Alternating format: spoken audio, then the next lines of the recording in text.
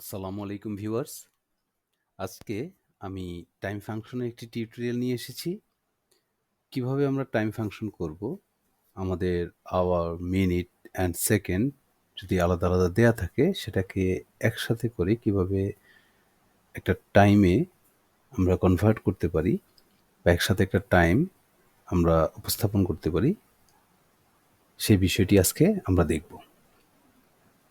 এখানে যদি আমরা খেয়াল করি যে 4:22 AM এখানে দেখাচ্ছে 4টা মানে আওয়ার 4 মিনিট 22 সেকেন্ড 12, নিচে 5:52 32 AM, তার মানে ঘন্টা হলো 5, মিনিট হলো 52 মিনিট, সেকেন্ড হলো 32। তাহলে এটা কিভাবে আনবো, আমরা কিভাবে করব একটু দেখি।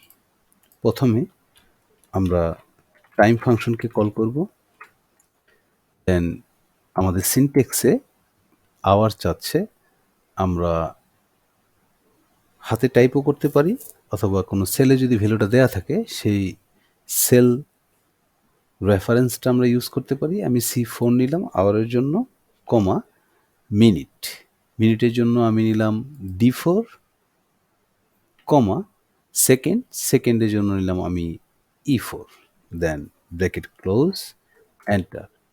আমরা এখানে দেখলাম যে আমার 4:22 মিনিট 12 সেকেন্ড AM।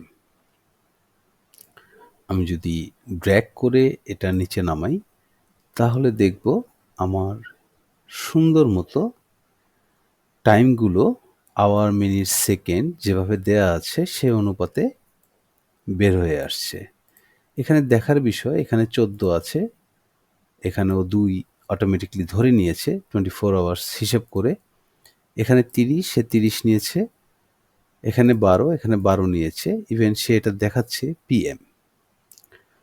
আবার এখানে 11 ঘন্টা মিনিট 40 সেকেন্ড 42, এখানে দেখাচ্ছে 11 ঘন্টা 11টা 40 42 সেকেন্ড AM। তো বন্ধুরা, আজকে এতটুকুই। ভালো থাকবেন, সুস্থ থাকবেন।